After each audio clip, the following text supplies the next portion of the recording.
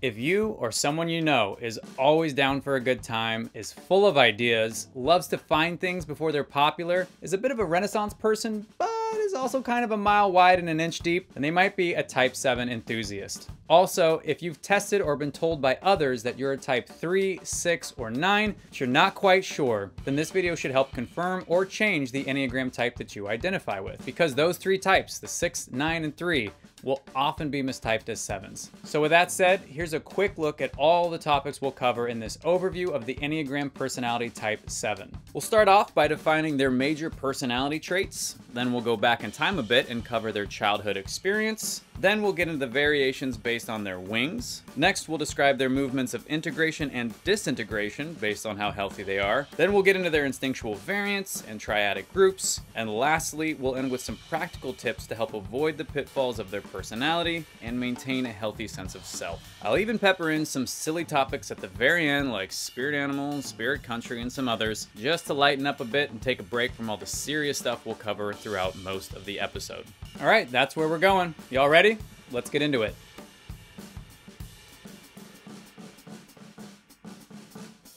The type 7 enthusiast is defined by their endless appetite for new, exciting experiences. They are the classic Renaissance people in that they can excel at multiple, totally unrelated fields like cooking and karate. Enthusiasts get their name because they bring a joyful, curious attitude to pretty much everything. They want to consume all that life has to offer, which is why their core struggle is with gluttony or excessive self-indulgence. 7s have an insatiable appetite for more and different because their greatest fear is boredom or feeling trapped. 7s are actually in the thinking triad, which I'll get to more later, but this just means that their minds are always going a million miles a minute. This makes them really good at synthesizing tons of information really quick. And so they're often pretty sharp people despite not being your classic intellectual. They're typically great conversationalists, while you have their attention that is, because they've dabbled in so many different areas that they can find a connection with you with pretty much anything you bring up. Sometimes this can make them feel like 2s because of how well they intuit situations, but 7s could really care less about your needs, as they're far more concerned with just making sure everyone has a good time, and a good time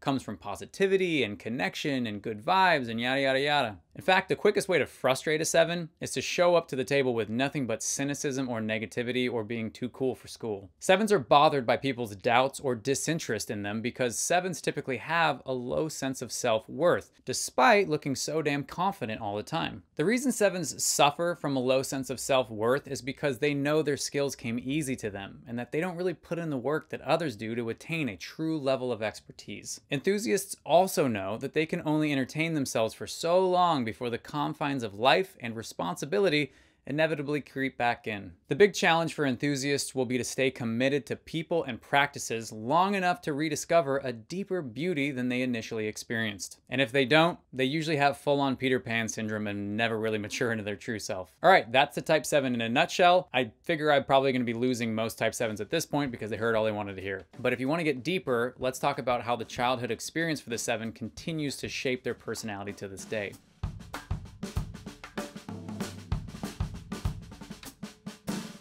Disclaimer, you should know that when I discuss Enneagram childhood experiences, I am always taking into account both nature and nurture. We are all born with a specific temperament, psychologically speaking. That is undeniable. But the way our primary caregivers raise us has a great deal of influence on how that temperament gets expressed as adults. Okay, there's my disclaimer. In their earliest years, 7s usually look more like 5s in that they exhibit a sharp intellect and a vivid imagination and even a willingness or satisfaction in being alone. However, choosing to be alone is different than being left alone, and 7s start to realize that there's some disconnection between them and their nurturing figure, which is typically the mother. Some psychologists say that this starts with the mother not breastfeeding the child long enough, and others just say it stems from a mother that had too many obligations, like a demanding job or tons of other children that needed her attention. Many type 7s feel like they had a great mom, and their maternal figure may have even expressed a deep desire to care for them, but ultimately the type 7 child felt some level of material or emotional deprivation.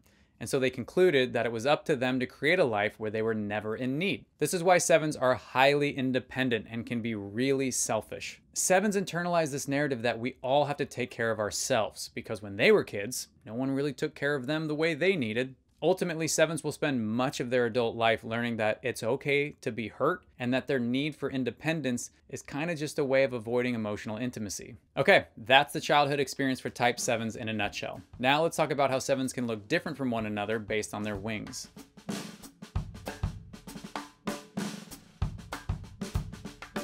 Every Enneagram type has a wing, and it's either the number directly to the left or to the right of your primary type. So 7s can either have a 6 wing or an 8 wing. Let's start out with a 7 wing 6, which is called the entertainer. Usually with the Enneagram wings, there's one wing that complements the core traits of your type, and there's another wing that actually kind of contradicts the core traits of your type. With the Enneagram 7, the 6 wing is certainly a contrary voice for their main operating system. 7s naturally focus on experiences and material things rather than people, but the type 6 loyalist focuses far more on their relational connections than material goods. So 7s with a 6 wing become extremely extroverted because they mix these two desires for experiences and relational connections, and it drives them towards people. The 6 wing also makes this subtype far more playful, humorous, and kind of childlike when compared to the 7s with an 8 wing. While both subtypes are extremely proactive, 7s with a 6 wing are far less concerned about their independent business success and far more interested in a collaborative team effort. When 7s with a 6 wing are less healthy, their desire for both relational security and diversity of experience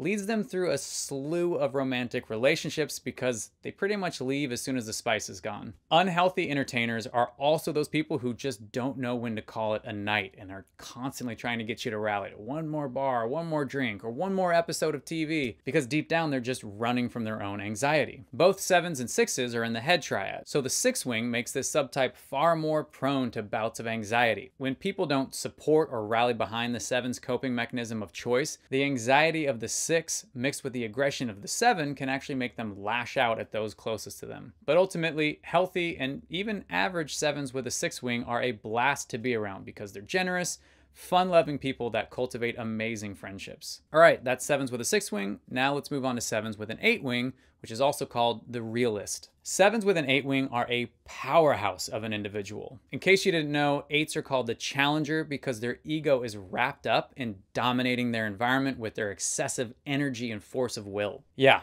so mix that up with the 7's quick thinking mind and wide variety of interests, and you have quite the engaging individual. Realists are far more vocal about their desires, frustrations, and goals than 7s with a 6 wing. The lustfulness of type 8s makes 7s chase after incredibly lofty goals, usually tied to attaining wealth or career success. This subtype is often found multi-careering and can be a total workaholic because they cope with their anxiety and sense of inadequacy by trying to do more and more stuff. They lead very active lifestyles, and oftentimes they turn into adrenaline junkies that you see like hella skiing or running with the bulls or going on random adventures throughout the world. The 8 wing also makes the 7 pretty unashamed of their lavish lifestyle. They also tend to have more controversial opinions and enjoy a good debate because it's energizing. This is way different than 7s with a 6 wing that are more concerned with keeping the good time going and making sure everybody's on an even keel. When realists get unhealthy, they start shamelessly using people to advance their own personal success. Since 7s are already a bit self-centered,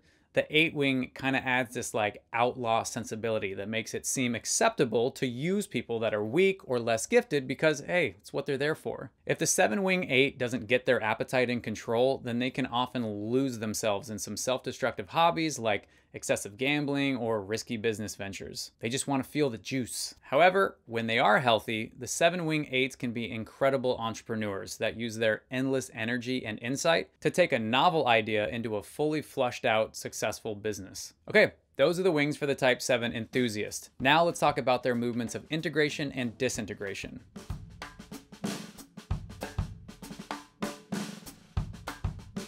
There's an essential theory within the Enneagram that describes two different movements or shifts in behavior based on how healthy or unhealthy we are. The movement of integration happens when we're crushing it and we've transcended the immature reactions of the ego. The movement of disintegration happens when we're caught up in our own BS or life is just too much for us. In both of these movements, we take on the best or worst traits of another Enneagram type. And this is where the understanding of the shape of the Enneagram really matters. You can see the 7 has lines connecting it to the 5 and to the 1. Those lines are the 7's movements of integration and disintegration. So when 7s are not doing well, they disintegrate to the type 1 reformer's worst traits. This shift looks like the fun-loving, free-spirited 7 becoming rigid, critical, and frustrated with those around them for not being as capable or enthusiastically supportive as the 7 wants them to be. Disintegrated 7s will turn the very people that have been helping them into a lightning rod for all their resentment about the ways life has not met their needs. However, when 7s are healthy, they integrate the best characteristics of the type 5 investigator.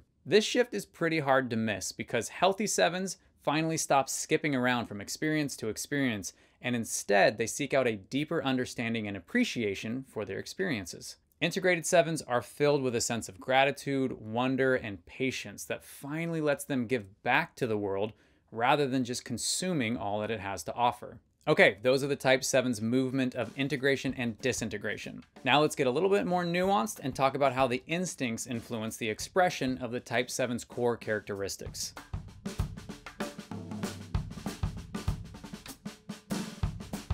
The instincts are probably the least understood aspect of the Enneagram by most casual Enneagrammers, and yet they have a profound influence on the expression of our primary type.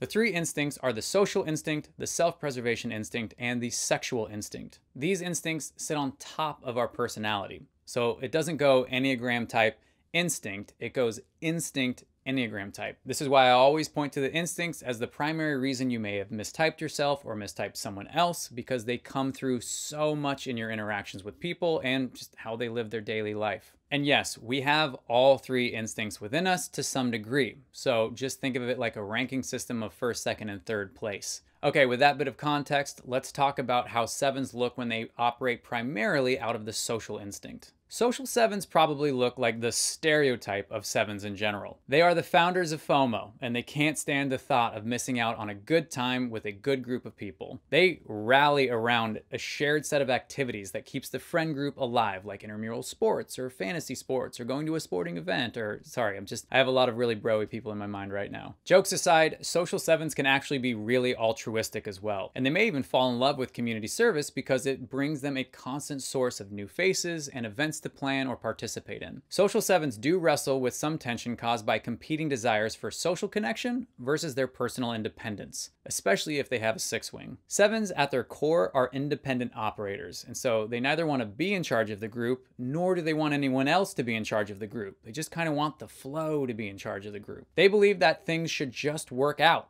and that belief makes them clash with authority wherever they go, especially if they're stressed and have disintegrated to the worst traits of the type 1 reformer. Social 7s can also look a lot like 3s in that they overcommit themselves to various people and various opportunities. They prefer a full social calendar that allows them to cancel last minute rather than having nothing on the books at all. In their most unhealthy state, social 7s have total Peter Pan syndrome, and they want to stay 22 years old for the rest of their life rather than learning to grow up and keep their commitments and make disciplined decisions. Okay, that's the social instinct. Now let's move on to the self-preservation instinct. Self-preservation 7s are primarily concerned with having access to stuff. They really enjoy material things and usually have a home filled with cool gadgets or art or unique interior design. They can be extremely hard workers because they feel free when they are financially secure, and money ensures that they'll never feel bored or incapable of partaking in a fun experience. Self-preservation 7s can also vacillate between pampering themselves and their loved ones and then being super cheap. They love to brag about the deals they found and don't mind spending tons of time searching for exactly what they want. Self-preservation 7s are also the most independent of all 7s, which can make them look like 5s because they fear that other people will cost them their financial freedom. They can get very anxious if they encounter even the slightest financial hardships and hate asking for help. If they do ask for help, they expect a quick yes, and if you don't give it to them, it can stir up conflict because their innate lack of self-worth is triggered. In their unhealthiest state, self-preservation 7s can take crazy risks, all in an attempt to gain financial security, like high-stakes gambling or investing in risky business ventures. They can also subvert their own self-preservation instinct by indulging in the 7's core struggle with gluttony and start overeating, drinking all the time, self-medicating, or just going on shopping sprees. All right, that's enough about the self-preservation instinct. Last up is the sexual instinct. Now, the sexual instinct is not about wanting to have sex all the time. The sexual instinct is about a need for intensity or for heightened experiences or one-on-one connection. Sometimes a late night conversation about wild ideas and future possibilities is actually more stimulating than sex for the sexual 7. So it's probably no surprise that sexual 7s love romance. This can make them actually look like type 2 helpers since they crave the intensity that comes from falling in love, be it with a person or a place or even an activity. Most of the time though, it's a person, and more specifically, a really interesting, unique person. When sexual 7s lock onto someone that tickles their fancy, they feel entranced by this wave of deep curiosity and intrigue that washes over them. And then the person on the receiving end of the sexual 7's gaze often feels equally intrigued and energized by this palpable energy that the sexual 7s create with their deep passion and quick wit and insightful questions. All 7s are typically knowledge about a ton of different topics, so this makes sexual 7s capable of connecting with just about anyone they want to. However, the sexual 7 is the epitome of hot or cold, and they often leave people feeling manipulated or abandoned after the sexual 7 has lost that initial spark that comes from the infatuation period. When they get unhealthy, sexual 7s start chasing unrealistic highs that make it increasingly difficult to be grounded in reality or committed to any one person. Okay, those are the instincts. Now let's dive into where the 7s fall within each of the 3 Enneagram triads.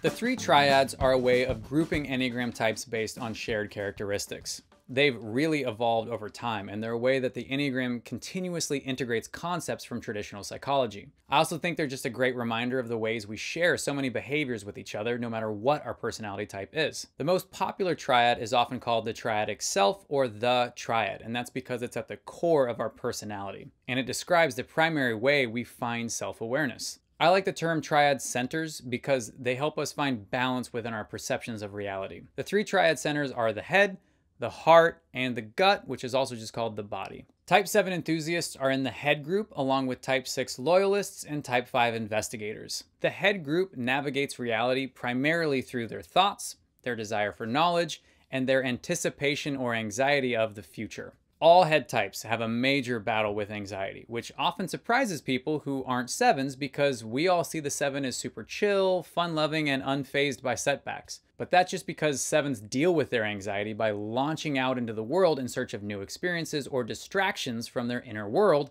that's filled with anxiety. This is why 7s really benefit from extended periods of stillness so that they can overcome their anxiety and tap into the true potential of their high-functioning minds. Now, the next triad that exists within the Enneagram is called the harmonic triad, and it describes the way we cope with pain, loss, or trauma. The 3 groups within the harmonic triad are the competency triad, the reactive triad, and the positive outlook triad. There's no surprise here, as 7s are most certainly within the positive outlook triad alongside type 2 helpers and type 9 peacemakers. So when 7s encounter a loss or some serious setback, they simply change course because everything happens for a reason and it was good while it lasted and there are so many other great things to move on to. 7s love a good silver lining, even when they make a horrible mistake. They essentially embrace mottos like, you live and learn, right? This can be a beautiful trait so long as the 7 doesn't skip over any necessary feelings of grief or remorse. Part of what keeps 7s running around so frantically is their low pain tolerance. They don't see value in negative feelings or experiences, when in actuality, there is no great love without great suffering.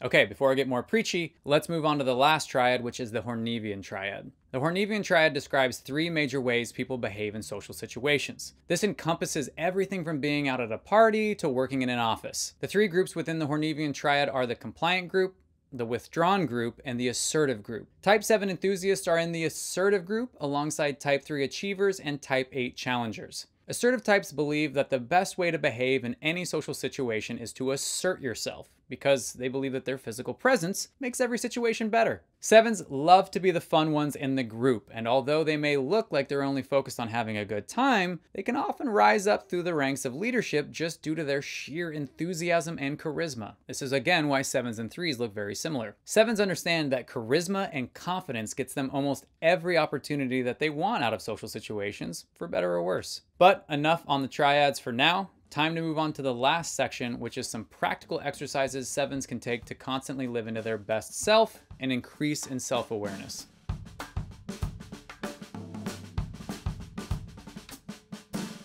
One simple practice that will really help type 7s with their tendency to overindulge is the practice of gratitude. It may sound cliche, but taking even 10 or 15 minutes to be still and acknowledge how grateful you are for what you have will help 7s become aware of their appetite for new and more stuff. Gratitude will also help unlock the greatest gift 7s have to offer the world, and that's their pure sense of joy. When 7s cultivate a sense of joy that's unrelated to their material possessions or crazy experiences, they can be assured that they're living in the sweet spot of their essence. Another practice that's really important for 7s is to say no to opportunities every once in a while. Sometimes that means sacrificing a fun trip or another gig in order to just be with family. What it doesn't mean is saying no to things you already don't want to do, but rather recognizing there's a tier system to opportunities. There's good, better, and best. 7s tend to be indiscriminate with their yes, which either burns them out or makes them neglect the truly meaningful things in life like friendship, responsibility, and commitment. Practicing restraint will produce a whole nother level of clarity and wisdom for 7s. So if you're feeling an inability to make wise decisions, just shut down the engines and practice your no for a season. Trust that the right opportunities will always come back to you in time. Kind of on that same vein, the last tip I have for 7s is this practice of patience. And boy, this is not a fun one for 7s. They like to move and move fast. It's important to remember that when 7s are healthy,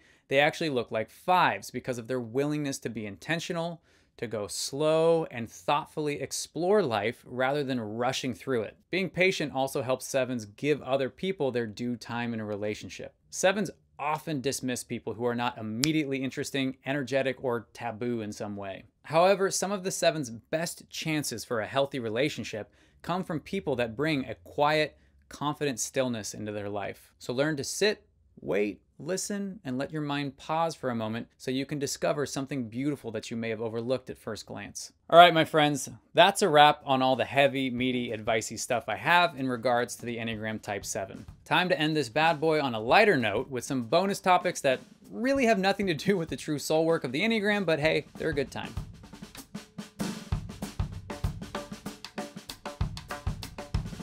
First up in the fluff topic category for Type 7s is their Enneagram Spirit country. Every Enneagram type has a specific country or two that reflects their core personality traits within the broader culture. Are we dabbling partially in stereotypes? Sure. But are we also discussing legitimate cultural realities? Maybe. Anyway, the countries that best reflect the Type 7 spirit are Ireland and Brazil. Think about those lively Brazilian beaches and those packed Irish pubs. They know how to have a good time and how to recover from a good time so that you can do it all over again. Now, when it comes to the Type 7 spirit animal, they get the monkey. High energy, silly, and social.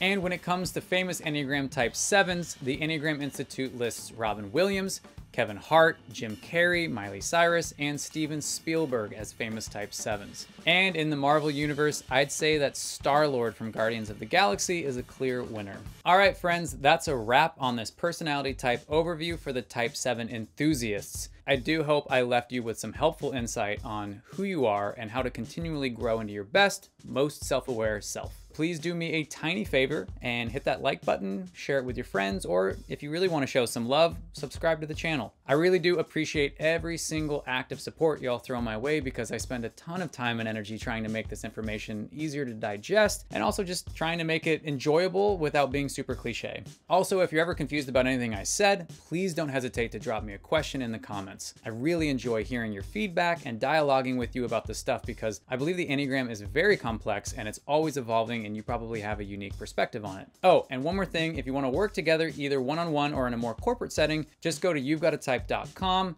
fill out a contact card, tell me what you're interested in, and we'll make it happen. That's a wrap on this episode of You've Got a Type. As always, I am your host, Colton Simmons, and I hope to see you next time on You've Got a Type.